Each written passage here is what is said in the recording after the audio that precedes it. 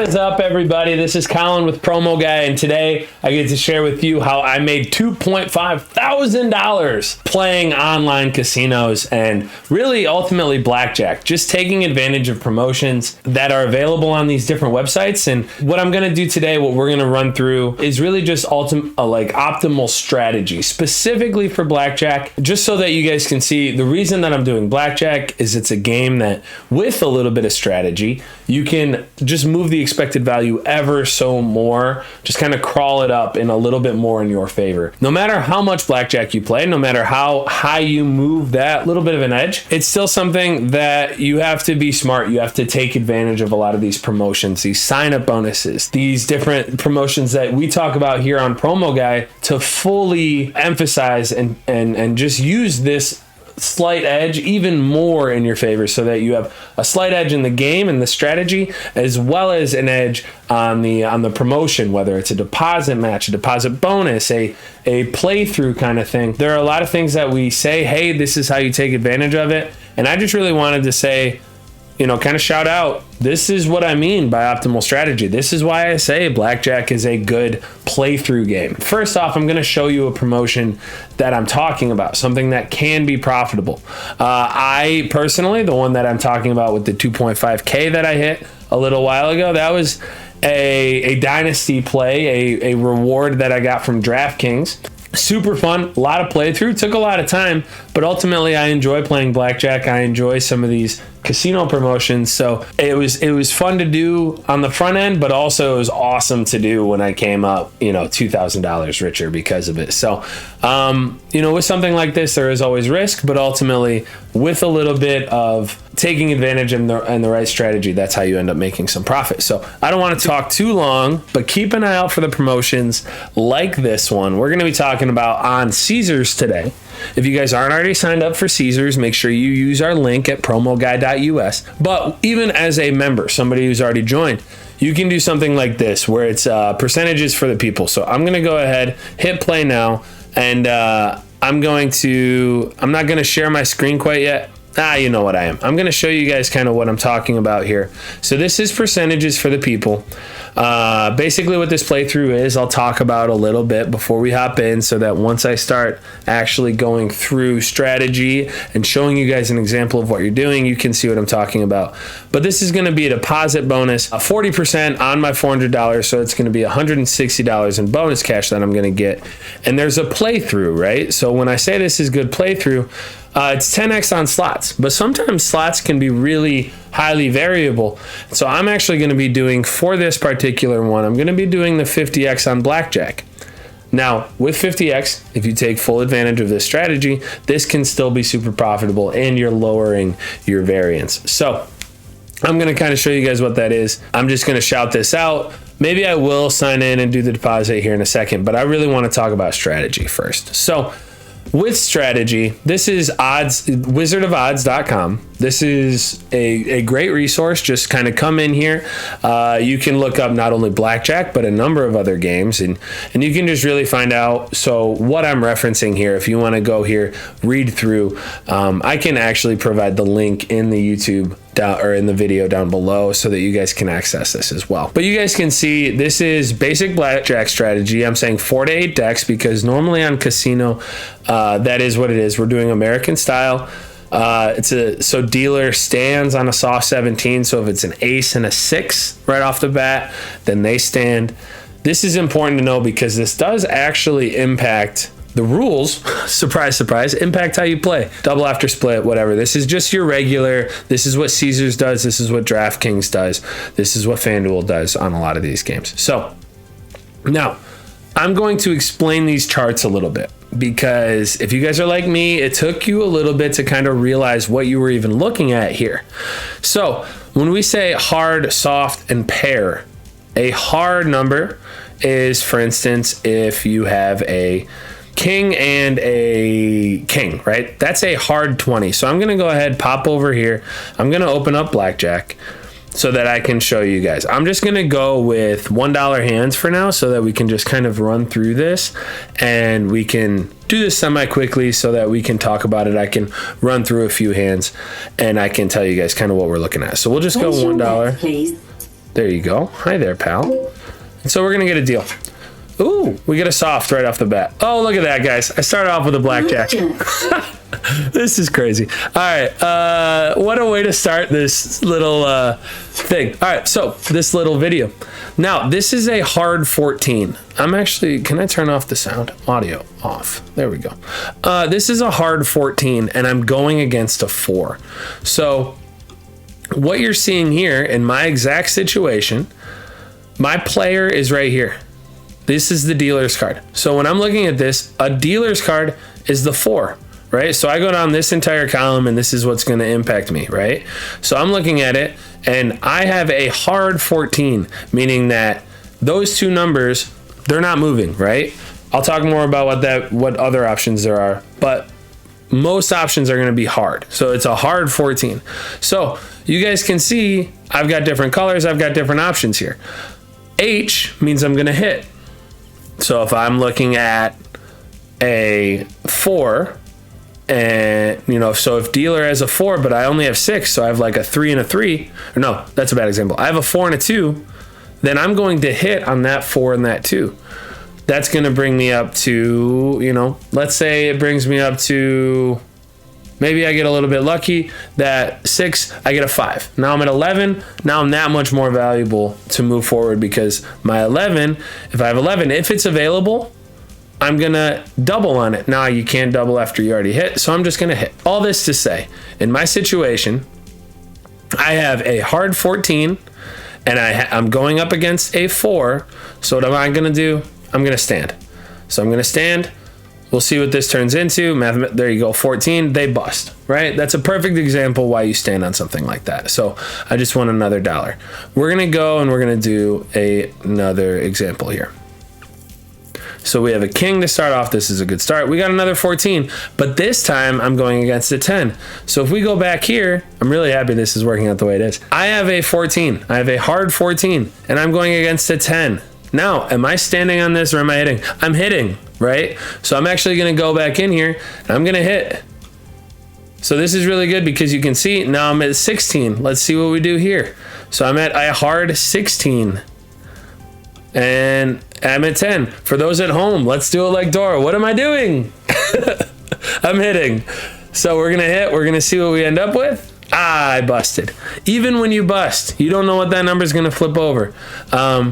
You are just taking advantage of mathematical strategy, your most advantageous thing. So even though I busted, I lost a little bit of money, I can rest assured knowing that I'm taking best advantage of this game. So this is what that first chart is. You're hitting on everything that's red, on all these hits. You're going to double down on anything that's blue, right? So if I end up getting a 5 and a 6, and I go against pretty much anything but an ace, so I have a hard 11 on my first 2 cards, I'm going to double down because the likelihood of me getting a 21 off of that hit is high. It's higher than any other situation. The likelihood of me getting a 20, it's pretty good. I got that 9. The likelihood of me getting 19, still pretty good. So the likelihood of me having a high value play off of that is fantastic, especially if I'm going up against like a 6, right? That's awesome. You love those situations. So again, hits are red, doubles are blue, stands are yellow. So if this is an important situation here because we'll talk about this a little bit. If I have a 12, so I get up like a 7 and a 5 or a 10 and a 2, and I go up against a 2, I'm hitting there. If I have a 12 and I'm going up against a 3, I'm hitting there. That's something where it seems like once you start getting in the flow of the game, it feels sometimes like you're not going to hit on those, but you should. You should be hitting against a 2 and a 3 when you have a 12. So anyway, those are all the hard card situations where it's like a king and a 7, right? So a king and a 7 makes a 17. Am I standing against everything? I am. If I have a hard 18, so a king and an 8, I'm standing on that for sure. Right? Now, let's go down to soft. Soft means that you have an ace and something involved. So if I have an ace and a 7, that is adding up to a 18, a soft 18. And I play that because the reason it's soft is because if I hit on it and I get a 10 on a soft 18, that brings me up to a hard 18, right? Because that ace, the reason it's soft is because it's kind of malleable, right? It can either be an 11, be worth 11, or it can be worth 1. Now, default, it's pretty much always an 11 because it brings you up to that number, brings you up to that soft number, but then you can hit on it and that'll bring you up to, then it'll be worth a 1 if it goes over 21. So it's soft. It's something that can be one of two things. It's kind of like I said, kind of malleable. So those are our soft numbers. So if I have a soft 13, I'm hitting on it every time. I'm doubling on a 5 or a 6. If I have a soft 14, I'm hitting on everything, doubling on against a 5 or a 6 when it's showing. If I have a soft 19, 20, or 21, I'm standing on all of those. Right? So if I have an ace and an 8, I stand on that every time. If I have an ace and a 9, I stand on that every time. If I have an ace and a king, I'm standing on that for sure, right? Because that's blackjack. Now, an important note here too, guys. You never, while I'm talking about an ace and a 21, we'll talk about this probably once I get going. If you have an ace and a king and they're showing an ace, don't accept that insurance. You don't want insurance. Never pay for insurance. I say that in optimal betting strategy, you should never pay for that, right? It's in the long run losing money. Don't take that insurance. It's not a bet you want to be taking. Finally, this final chart, we have a pair. Now you guys will notice that we have a new option. What is something that you can do with pairs that you can't do with these others? You can split them. So if I have 2 2s and I'm going up against a 2, 3, 4, 5, 6, or 7, I'm splitting those 2s because it is likely for me to end up getting in a situation, a positive situation against all of these 2, 3s, 4s, 5, 6, 7s, right? Now, if I have a pair of 2s, which is 4, I'm just going to hit if I see an ace, 9, 10, 10, king, queen, jack, or an ace. I'm going to just hit on that. I'm not going to split there. Now, 8s, this is an important one for us, right? So some of this, you'll want to come back, look at it, but some of it you can just remember, right? Pair of 8s, you're always splitting that pair of 8s. You don't want to be stuck at 16. You'd rather have 2 separate 8s. You always stand on a pair of 10s, and you always split a pair of aces, right? So you always split a pair of 8s and aces, and always stand on 10s. Now, those 9s can be tricky, right? If you're a 9 going up against a 7, you're going to stand. It's a pair of 9s going up against a 7, you're going to stand. If you're a pair of 9s going up against a 10 or an ace, you're going to stand there. Otherwise, you're splitting those 9s if you can take advantage of an advantage against a 2, 3, 4, 5, 6, right? You want to again stand on that 7, but then you also want to kind of jump up against that 8 and that 9 if you can. I think that's a lot of it. I hope you guys have followed along with me. We're going to kind of go through, we can talk about strategy as I play through this. You double down on a lot of the split 5s. You're not splitting and then doubling. You're splitting on that 5 because you're sitting there with the 10, right? So it's advantageous for you to double down on a pair of 5s, which is basically a hard 10, right? You're doing the same situation on a hard 10 as you are a pair of 5s. It's the same strategy there. Again, we're just going to hop into this. We're going to talk about it, and we can kind of talk about it as we go. And we're just going to play. I'm going to talk about it a little bit, try to kind of explain my thought process as we go. So I'm sitting here looking at a hard 10 against a 3. Now, I already know what I'm doing. This is a really easy one for me, but we have a hard 10 against a 3, so I'm doubling down. I'm doubling down for sure, and I'm excited about it. So look at that. I got a 19 against a 13. Now, you do get unlucky sometimes. I was sitting here with a 19 doubled down against a 13. The likelihood of them staying alive is not great. The likelihood of them beating me and staying alive was even lower. They needed one of 2 cards that were there, and they happened to get it. That happens. That's ultimately why there is some luck that comes into play here. You're going to get lucky sometimes. You're also going to get unlucky sometimes. The important aspect is this is why you go smaller bets if you have the time and the patience, and this is why you ride it out. You don't just give up, because you guys saw my very first hand was an ace. That was something that was a lot of fun. Now I have an 18 here. I'm looking at a 9. What am I going to do? I'm looking here. It's a hard 18. So I'm a hard 18, and I'm standing against that 9. Now, if you guys already had it memorized where you were just like, hey, I know that we stand on all the 18s, then you're good. We're getting a little unlucky. We had a 16 show there and then they got a 4. That's okay. That's okay. Ultimately, like I said, this is still all about the strategy. You're playing strategy here. Now, again, I already know what I'm doing here, but this is an important kind of learning moment. We're looking at a 6. We love when they show 6s. Even though we're at a 12, which is, not an 11, and it's not a 20, this is still something where we're sitting in kind of the driver's seat here. So we've got a hard 12, and we're looking at a 6. So we're just going to stand here, right? We're not hitting. We're not risking busting. We're not doing that because they are mathematically likely to bust. So we'll see how it plays out. We got to, oh, look at that. Oh, look at that. They busted. See, guys, it does work out. It works out in the long run. So we're gonna rebet and deal, see what we have. We're gonna keep moving. We got a king. We like that. Look at that. Look at that. Look at this. This is why you keep running. This is why you keep going. We just got ourselves a blackjack. We love blackjack. All right, rebet and deal. So we got a 3. All right, so here we go. We got our first pair. We got 3s going up against a 6. So again, the more you play, the more you do this. My recommendation is if you're just getting into blackjack, take your time. Bounce back and forth here. As you play more and more, this is just going to become automatic for you, right? So we have a pair down here. So we get to come down here. We have a pair of 3s against a 6. This is our first split of the day. This is kind of cool. So we're going to split. Oh, stay with me here. Okay. So we got a 7 on one side. We got a hard 7 against a 6. What am I doing with a hard 7 against a 6? Hard 7 against a 6? I'm hitting. I'm hitting on those hard 7. We got 17. Hard 17 against a 6. I'd bounce back and show you, but we're just going to speed it up a little bit, show you. We're just going to stand on that. So again, same situation. We're hitting. We got an ace. We got a soft 18 against a 6. Because we got a soft 18, I want to talk about this. Soft 18 against a 6. We're going to double down if it'll let us. It is not letting it. So we're just going to actually double down or hit. We're going to hit. Yeah, we're going to hit on the soft 18. We got a 19, we got a soft 17. So we're just going to stand.